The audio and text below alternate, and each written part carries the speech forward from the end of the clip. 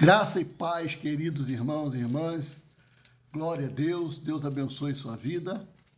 Muito bom poder estar aqui hoje mais uma vez para compartilhar mais uma porção da palavra de Deus com você. Deus é bom, Deus é extremamente poderoso, gracioso, bondoso, misericordioso. E hoje nós já desfrutamos de uma das promessas de Deus sobre nossas vidas, que é a sua misericórdia. Diz a Bíblia que a misericórdia de Deus é a causa de não sermos consumidos, pois elas renovam-se a cada manhã. Então ela já se renovou sobre a minha vida, sobre a sua vida, né? Sobre a vida daqueles que estão à sua volta. Você pode olhar alguém hoje aí à sua volta, na sua casa, no seu trabalho, no seu ciclo de amizade, na rua onde você passa. Quando você olha para essa pessoa, você está vendo, enxergando nela a promessa de Deus sobre a vida dela, que é a misericórdia de Deus. Embora muitas pessoas não tenham essa consciência, mas a Bíblia nos diz que nós estamos de pé hoje, porque a misericórdia de Deus se renovou sobre nós e por este motivo nós não somos consumidos.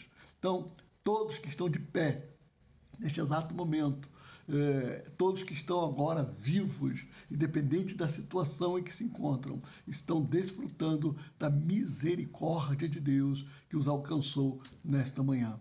E aí eu queria compartilhar com você nessa manhã mais uma palavra de Deus, rapidinho com você, algo muito, muito legal que o Senhor ministrou no meu coração. Eu queria dividir isso com você nesse momento.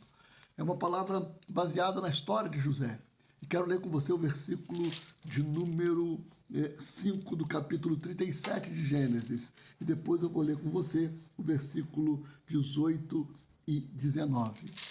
Diz assim a Bíblia, capítulo 37, versículo 5.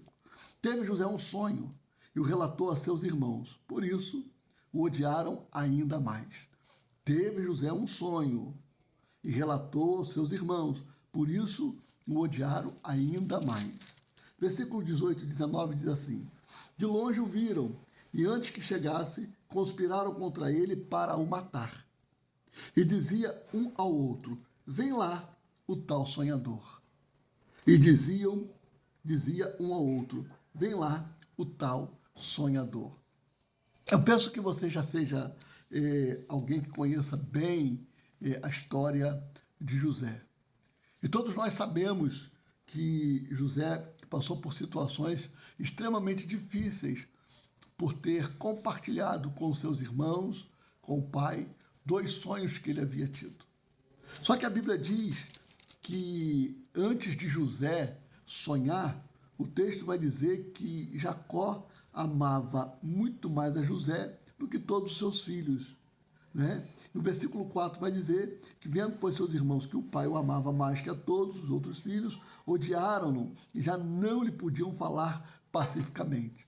Então José já vinha sofrendo uma rejeição dentro da família, porque Jacó o amava muito mais do que amava os seus outros filhos. Então eu penso que, na verdade, Jacó tinha um carinho muito especial por José. Jacó tinha por José um apreço muito especial, né? E então os seus irmãos, vendo isso, eles odiavam José. E agora José tem um sonho e compartilha com os irmãos e compartilha com o pai o sonho que ele tem. Irmão, e aí é a gota d'água. Aí a coisa desanda de vez, aí a coisa complica de vez. Eu imagino que não era nada fácil para José ter um bom relacionamento com os irmãos, porque a Bíblia diz que eles não conseguiam ter um relacionamento pacífico, porque não podiam falar pacificamente. E depois desse sonho, então, a coisa piora, né? Eles começam a olhar para José de forma atravessada, começam a gerar no coração um sentimento por José, quem sabe um sentimento de raiva, um sentimento de ódio, um sentimento de inveja, de rejeição, enfim. Sentimento que nenhum ser humano, eu penso da face da terra, é digno, é merecedor de receber, e José recebia. Então, a Bíblia diz que José vai ao campo, vai atrás dos irmãos, por uma orientação do pai. E quando José vai chegando, de longe eles viram José e conspiraram, né, para matar José. E a Bíblia diz que eles, com ironia, eles dizem: lá vem o sonhador. Dentro desse texto, a gente vai aprendendo algumas coisas muito interessantes, irmãos.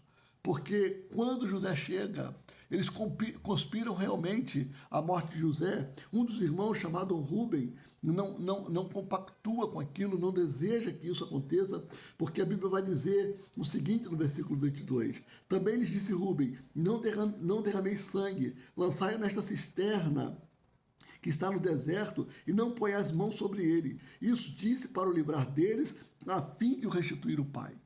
Rubem não queria participar daquele plano, daquele plano maquiavélico, nojento, algo repugnante. Não, Rubem queria pegar o irmão e levar de volta para o pai, mas os demais irmãos não. Então o que eles fazem? Lançam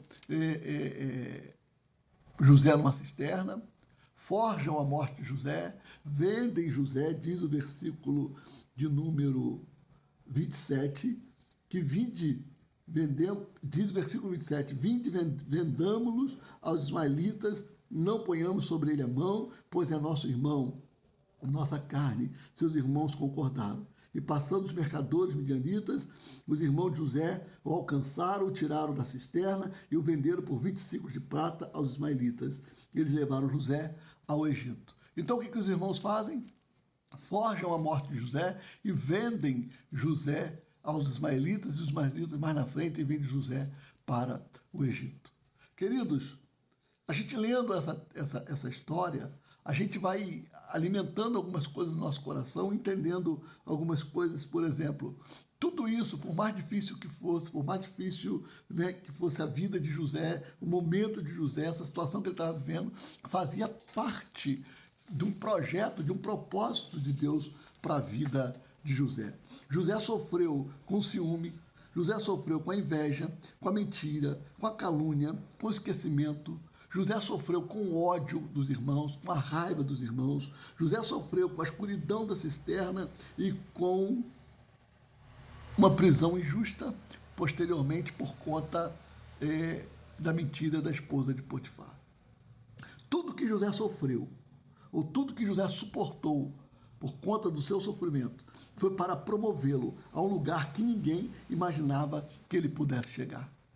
Tudo que José suportou na sua vida foi para promovê-lo a um lugar que ninguém imaginou que ele pudesse chegar. Deixa eu dizer uma coisa hoje.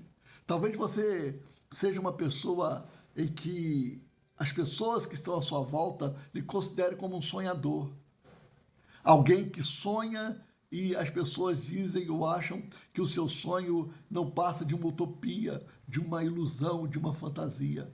Talvez você tenha compartilhado coisas com pessoas e que isso tem virado chacota na boca das pessoas. As pessoas têm ironizado você, têm debochado de você, têm tido ciúme, tido inveja de você por conta disso. Deixa eu dizer, irmão, irmã, tudo que José sofreu na sua vida, na sua caminhada, foi para promovê-lo a um lugar que ninguém imaginava que ele pudesse chegar. Tudo na nossa vida tem um plano, tem um propósito, tem um projeto de Deus. E todos os planos, e todos os propósitos, projetos de Deus têm um processo. E é necessário que todos nós possamos nos submeter ao processo, e viver o processo, e atravessar o processo, e romper o processo, para vivermos a plenitude do propósito de Deus para a nossa vida. Então escute, se você hoje sofre com ciúmes, com inveja, com mentiras, com calúnias, com esquecimento, se você hoje tem sobre a sua vida a raiva, o ódio de algumas pessoas, se você se sente numa cisterna escura, se você se sente preso, cativo, refém de pessoas que estão à sua volta, escute o que eu vou dizer. José em nenhum momento ele arredou o pé, em nenhum momento ele retrocedeu, em nenhum momento ele jogou a toalha. Ele se manteve firme, alinhado àquilo que Deus tinha para a vida dele. Embora ele pudesse não estar entendendo aquilo que ele estava vivendo, mas lá na frente, Deus descortinou, Deus revelou, Deus tornou claro o que estava querendo com José. Porque quando ele para dentro de um cárcere, que ele revela o sonho do padeiro e do copeiro, e que acontece, que ele pede para o copeiro se lembrar dele, o copeiro não se lembra, 2 anos depois o copeiro se lembra, porque o rei tem um sonho, e o copeiro se lembra dele, eles, e o rei manda chamar José, e José revela o sonho do rei. Querido irmão, a partir daquele momento o cenário, a vida de José começou a mudar. Deus começou a promover José a um lugar que ninguém pudesse imaginar que ele fosse. Olha só que interessante, e aí eu já vou caminhando para encerrar a nossa meditação. Diz assim o texto, e eu quero que você acompanhe comigo. Olha o que diz o texto, então, capítulo de número 41, versículos 41, 42, 43 e 44, a Bíblia diz assim: disse mais Faraó a José: vês que te faço autoridade sobre toda a terra do Egito. Então tirou Faraó seu anel e sinete da mão e o pôs na mão de José. Fê-lo vestir roupas de linho fino e lhe pôs ao pescoço um colar de ouro. E fê-lo subir ao seu segundo carro e clamavam diante dele: inclinai-vos. Desse modo o constituiu sobre toda a terra do Egito. Disse ainda a Faraó a José: eu sou Faraó. Contudo, sem a tua ordem, ninguém levantará a mão ou o pé em toda a terra do Egito. Eu não sei se você conseguiu entender isso, meu irmão, minha irmã. Todo cenário contrário a uma vida normal que José podia viver, a uma vida digna, de honra, de respeito. Todo cenário contrário a tudo isso, na verdade, lá na frente, promoveu José a viver algo que ninguém imaginava que ele fosse viver. E José, no Egito, fora da sua terra, se tornou governador, o segundo homem que mandava em uma nação. Então, deixa eu liberar uma palavra profética sobre a sua vida nessa manhã. Se você está sofrendo mentiras, calúnias, se você está sofrendo perseguições, invejas, ódios, se você tem sofrido com palavras de maldição contra a sua vida, se pessoas têm invejado os seus sonhos, escute, mantenha-se firme, não arrede o pé, não retroceda, não recue. Sabe por quê? Porque tudo que você está vivendo é porque eu tenho certeza que Deus está desejando te promover a um lugar que ninguém imagina que você um dia pudesse chegar.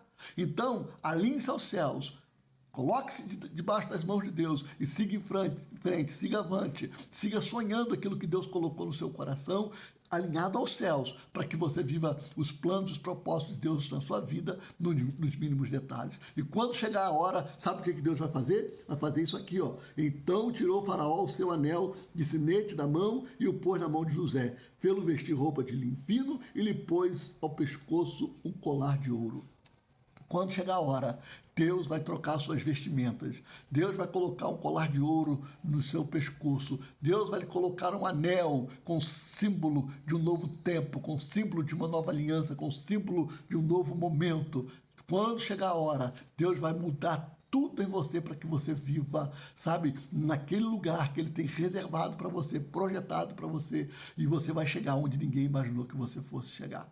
Quando José sonha, ele sonha o sonho que está no coração de Deus, porque quando ele sofre todas as perseguições, Deus já tinha preparado e projetado para José o governo do Egito em suas mãos. Escute, alinhe-se aos céus, caminhe debaixo das mãos de Deus, sabe por quê? Porque quem se adianta na presença de Deus, governa. Deus quer que você governe, Deus quer que você avance, Deus quer que você comande algo, Deus quer que você assuma lugares que você nunca imaginou que pudesse assumir na sua vida. Que Deus te abençoe. Vamos orar em nome de Jesus? Pai, te louvamos nessa hora, te agradecemos, te bendizemos, ó Deus, por essa palavra. Que o Teu Espírito nos conduza e nos leve, Senhor, a vencer, a romper, ó Deus, os desafios que surgem diante de nós, para que possamos assumir, ó Deus, aquele lugar que o Senhor tem para nós. Senhor, que todas as lutas que estamos enfrentando hoje, que esse processo que atravessamos possa ser para que o Senhor nos promova aquele lugar que o Senhor tem para nós. Em nome de Jesus, que o Teu Espírito continue conduzindo nossas vidas e nossos passos, em nome de Jesus. Amém. Deus te abençoe, querido irmão, Deus te abençoe, querida irmã, e até a próxima.